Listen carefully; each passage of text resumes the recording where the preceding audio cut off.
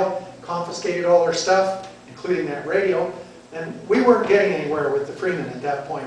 You know, we'd done what we came to do, and we were headed back for Eureka. But we wanted that radio back before we came. We walked in the jail, the three of us, and one of the guys, Cajun James, he's not from here anymore, had a .45 on it. But there was a sign in the jail that said, "No firearms beyond this point."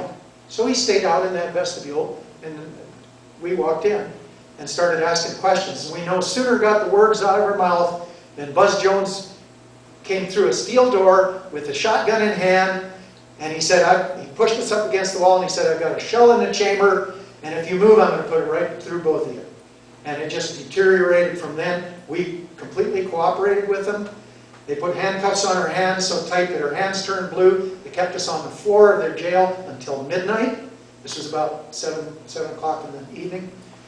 And then they took us in a blinding snowstorm with federal vehicles, federal marshals, chained up like, you know, leg irons and the whole thing, in a real circumspect route. It's a 40-minute drive down the highway to Billings. It took us 3.5 hours to get there. They went in every country road.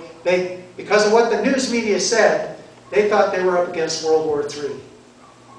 And it escalated from one agency to another agency to another agency. And the only reason I'm standing here today is that God is in control, folks. So I spent 13 days in the Yellowstone County Detention Facility. Then they dropped all the charges and turned us loose. And you know, just to show you how bad the corruption is, that 93 diesel Chevy pickup had a split bench seat. So I had a 10mm Glock handgun that I carried everywhere. And I just took it off and jammed it down between the seats. That's what my habit was when I was going somewhere that I knew I wouldn't need it. Good thing I did that. Anyway, I locked the pickup and left it run. And after they arrested us, they couldn't get into that pickup. I mean, here's all these high-powered cops, you know, they got all their things, but they couldn't figure out how to open the doors on that 93 pickup. So they came in and asked me for the keys. I said, sure. And the guy brought this key ring right here. He brought it in, and he says, which one of these keys is for that pickup? So I showed him, and he went out and opened it up. That was Buzz Jones, folks. When he saw that gun, he stuck it in his back here, and he tried to steal it. Now, they came out with a very lengthy, detailed thing of what they had confiscated out of these vehicles. There was 2 vehicles, my pickup and an old white car. But while I was in jail, I borrowed a pencil and some paper, and I started writing down an inventory. And I wrote every item. I knew exactly what I had with me. And I turned it in before they ever published their inventory on the record of the court. And you know that Glock never showed up on the inventory on the court? And when this was all over and they were turning us loose, I said, what about my Glock? What Glock? We never found a Glock. I said I had a Model 20 Glock, a 10mm with 4 clips, 15-shot clips. I want it back. Well, how do you know? How do we know you had a Glock? I said, here's the manufacturer's certificate of import showing my name registered on this Glock. Here you are. I want it back. You know, they had to shake Buzz Jones down and go get him to produce that gun and bring it back so they could give it back to me. And when I went there and collected this pile of stuff they had, it was there in the pile. Now that gives you an idea of what we're up against, folks. These people don't want the truth out. It's just that simple. We went over there, and you know what really got their attention? When I was working with the Freeman and I'd sold them $600,000 worth of radio, 8 repeaters across the state of Montana, we were going to radio up the lawful citizens, people like you right here in this room. We were going to make this network real, statewide, right then. And Leroy Schweitzer pipes up and he says, well, now we got this radio deal done and we know what we're going to do there. But do you know of anybody that could sell us some guns? And I thought about that for a minute and I said, what do you want to use the guns for? He said, we want to distribute. We want to arm the lawful militia, the citizens of the state of Montana, to protect our borders and protect against tyrannical government. I said, that sounds like an admirable thing for us to do. What do you got in mind? He said, I got in mind a bunch of .50 caliber single shot rifles. Now, what is a more innocuous rifle? What do you start your 5-year-old, 10-year-old kid out with? A single-shot rifle, right?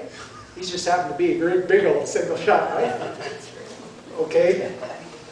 You know, when we were in the court in Roundup, Montana, and I was testifying in Jerry Lopez's behalf, and the prosecuting attorney says, well, what was the purpose of negotiating this deal with Cajun James for 200 single-shot 50 caliber rifles and flak vests, and he enumerated the whole. It was a $1.2 million sale that they were going to pay for with money orders. And they actually gave Cajun a certified money order for that amount, which he deposited the same day I put my $600,000 money order in the Glacier Bank right here in Eureka.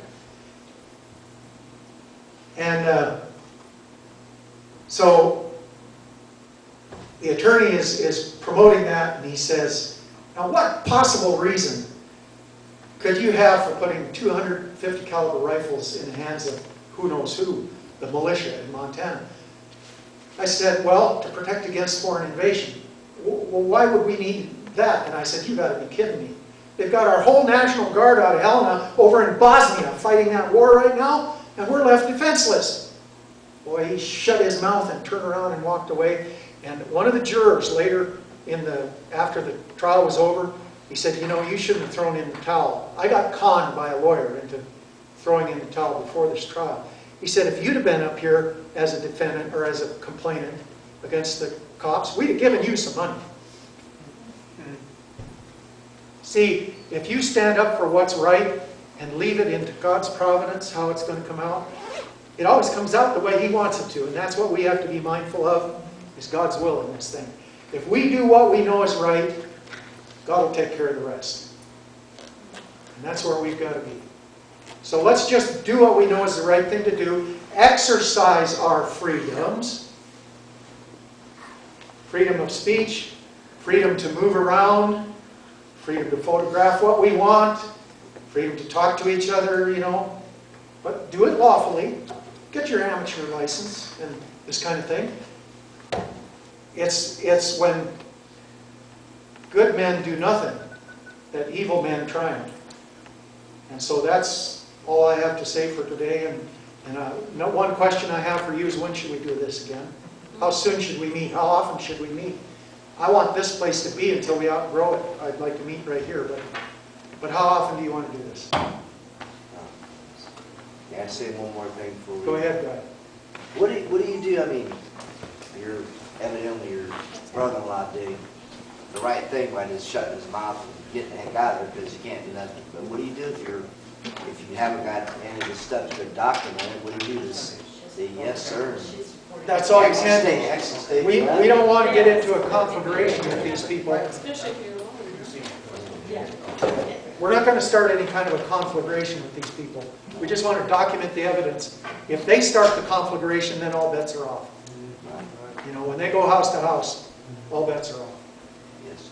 Paul, my thing was that, thank you for explaining that, because you are my friend, and I tell that to people when they ask me, and I'm glad you explained Georgia.